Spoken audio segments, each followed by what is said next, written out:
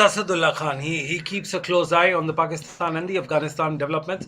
But very interesting point, I have to read out a fact to Roland Butcher and ask his view about a particular thought. Since 24 in T20, India and Pakistan's bowling average has been almost identical. India has been bowling at an economy of 7.55, Pakistan a shade better in the first innings at 7.51. Pakistan has been slightly more economical against the top order at 8.02, and especially late in the order. But do you think that is the gap is minimal and the clash between the two is actually a high thunderbolt clash, because the stats are going to show something different?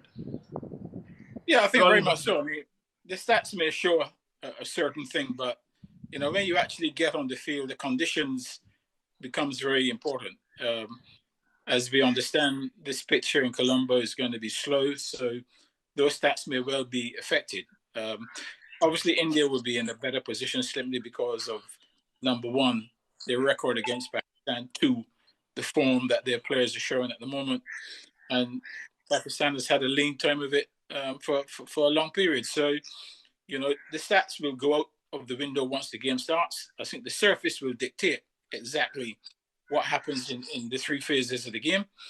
Obviously, at the beginning, I think things will probably be a lot better for the sides because the ball will be new, the field will be set close in, and batters, particularly like Shankar Shan, who is a very positive player and has been playing well for India, he will relish those early overs. The middle overs, obviously, will be a lot more difficult. And then at the back end, depending what position the team is in, if you've lost, 7 or 8 wickets in the last 5 overs, then, that rate comes down again. So conditions will be the key.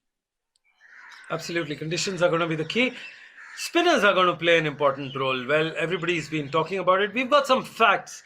Let me read out quite quickly to Roland Butcher again and say that since 24, India's batters have clearly operated in that pad, but against their strike rate is 155 as compared to 137 of Pakistan. Again, spin, the gap widens. India is at 163. I repeat, India is batting at 163 is the strike rate, and Pakistan is at 128. So the overall strike rate is of 158 for India and Pakistan at 133. But the numbers suggest that Indians can contain the Pakistan batters when it comes to spin. Do you think India has a good chance of constricting like a python against the top batters of Pakistan? The figures show that since 24. Yes, I think if India bowlers bowl well, they will put Pakistan under pressure because Pakistan don't have the depth of quality of batters that India do have. And hence, the fact that India has got such a high strike rate for the batters, suggests that, Pakistan will have a difficult time. Again, I come back to the pitch because you may have a high strike rate, but if the pitch is not conducive to that strike rate, then, you've got to adapt. But India have got far superior batters, and Pakistan will need a lot of team effort, really, to get the strike rate up. I don't think that that's going to be a key component for them. I think what is more important for Pakistan in this game is that, one, they can either dismiss India quite cheaply or bowl well to ensure that India don't get a big total, and then they can chase that. So strike rates will be important, but the conditions will dictate exactly whether those strike rates are maintained or not. Well, I'll move on to toss race. The toss, I've got another interesting stat put together. The overall scoring at Colombo is balanced at 8.56 batting first and 8.42 batting second. Overall is 8.4 around, suggesting that no major toss advantage to the team either batting first or batting second, because the biggest contrast rather comes in the death overs. Team batting first accelerate and go on to 10.5, while the team batting second goes on to 8.4. So what it suggests is the first inning you've got far more explosion in the batting order as compared to the second, and B, toss has no significance. We're talking straight data, straight stats. Your views? Sunil, you have put Team India in a soup right now. Team India loves chasing, and they have been, quite an expert in chasing the targets, and they have loved what they have been doing over the time. Again, I think if you had shown these numbers to Surya Kumar Yadav, he would have been lying down somewhere thinking, oh, what stats are these? Because we love chasing down the scores again. See, India still has the ability to put up a good total. I mean, if they win the toss, considering you have to also consider the fact that there have been talks about rains, there have been talks about thunderstorms. Although they've been fortunate enough in Colombo, there has been no rain in the last 24 hours. But still, the fingers are crossed, and the whole thing depends on this. Because if once it rains, Duckworth Lewis comes in. So that is where toss might play a role again. I mean, yeah, the statistics might say something else, but if it rains in yeah, DLS could be the method that could be used, but let's hope it doesn't rain, because it's going to put the water on the plans of Team India, and of course the fans who have been keenly waiting for this high mouth-watering clash between the two countries. Again, yeah, if we go by the stats, definitely India still has the ability to put up a total. I mean, they'll have to play beyond the skin, beyond, because the conditions may not be maybe predictable, considering 146, 150 may be the par total. But when it comes to Team India, you have a reputation to that we are, and considering you are coming in from India, so adaptability definitely would be the key. But then from start to till the 7 to 8 position, you have big power hitters. So you have to use that advantage, cross that power score of 150, 160, put up a 180, 190, and bring Pakistan into a situation, an unimaginable situation, because they are just batters who can only explode or implode. So they are not they are very, very unpredictable. Somewhere or the other, we have a good bowling spinners as well to put breaks on Pakistan batting. But again, you have to put up a good total of 180, 190 to to have a comfortable, to be in a comfort zone. Otherwise, it's going to be a tight match if they make it to 150, 160.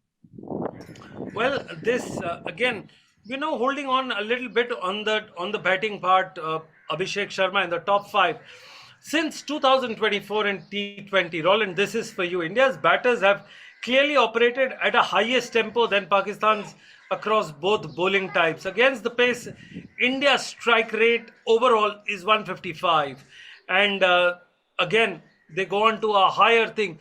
When you look at the Indian top three batters, five batters, do you think India belongs at a larger speed, greatest swashbuckling batters? Sometime, do you see yourself, because you've scored the top five fastest test half century of all time? Do you see your shades in somewhere in the top five batters of the Indian batting lineup? Roland Butcher. Well, I do. I mean, in actual fact, Ishan Kishan was the one who broke my record. So I think, he is obviously a key player. Listen, India gets off quickly because of those explosive players at the top of the order, and then they've got some explosive players in the late middle order. The key really for Pakistan is going to be is if they need early breakthroughs.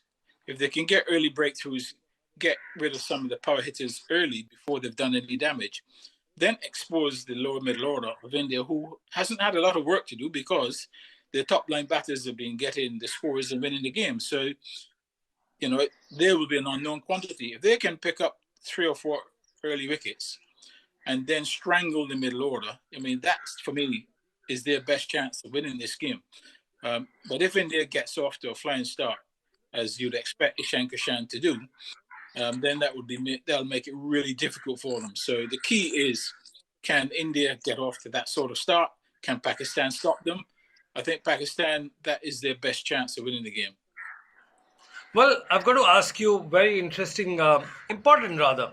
What if India loses 2 wickets right early in the power play? Do you think it's going to slow down, or they'll keep on pushing the pedal as they used to do? Roland?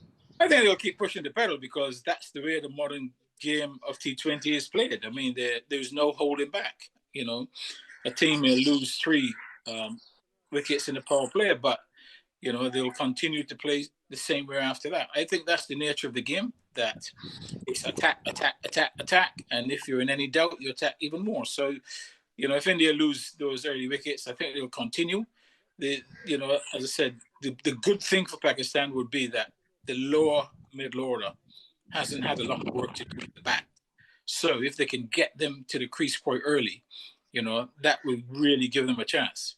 But at the same time, they still have the players in there, those late middle order players, to change the game. They could suddenly, change the game from a desperate situation into a pretty good one. So it lines up to be a good contest.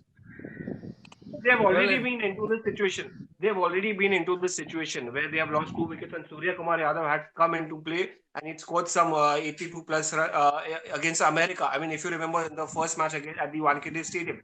So he had adapted to the situation. Yeah, conditions weren't that as what it will be in Colombo. Yeah, Wankhede wickets is a bit fast, difficult to it's still good for batters, but difficult as well. So somewhere or the other, they have been through this situation. They know, and Surya Kumar Yadav is going to be the guy who's going to play that rescue if they are going to. And again, I don't think so. They are going to go out there and start attacking even if they lose if they lose early wickets. But if they get a good start in the power play, they are going to go hammer and tongs. Well, absolutely, go hammer and tongs. Just stay on to your point, Toss. Let me just ask you a hypothetical question. What if India is down by 4 wickets in the power play? Surya Kumar Yadav playing with Akshar Patel and Hardik Pandya. Do you think India has the gut and the gumption to go in for again 180 despite being 4 down, sixth over with 40 runs on board? Hypothetical, but yes, true. Yeah. Then it all depends on Hardik Pandya. I mean, Hardik Pandya has the ability to hit big, whichever the ground is, how big the ground is.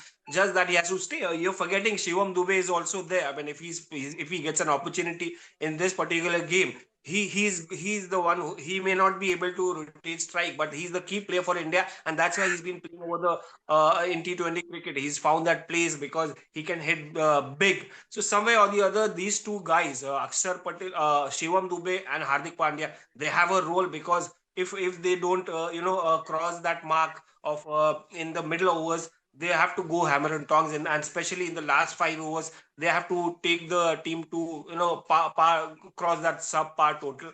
Otherwise, it's going to be challenging because in the end, it's not just cricket; it's psychological war. Well, absolutely. Well, it's an interesting discussion that we are talking about India, Pakistan. We've got some players who played against India,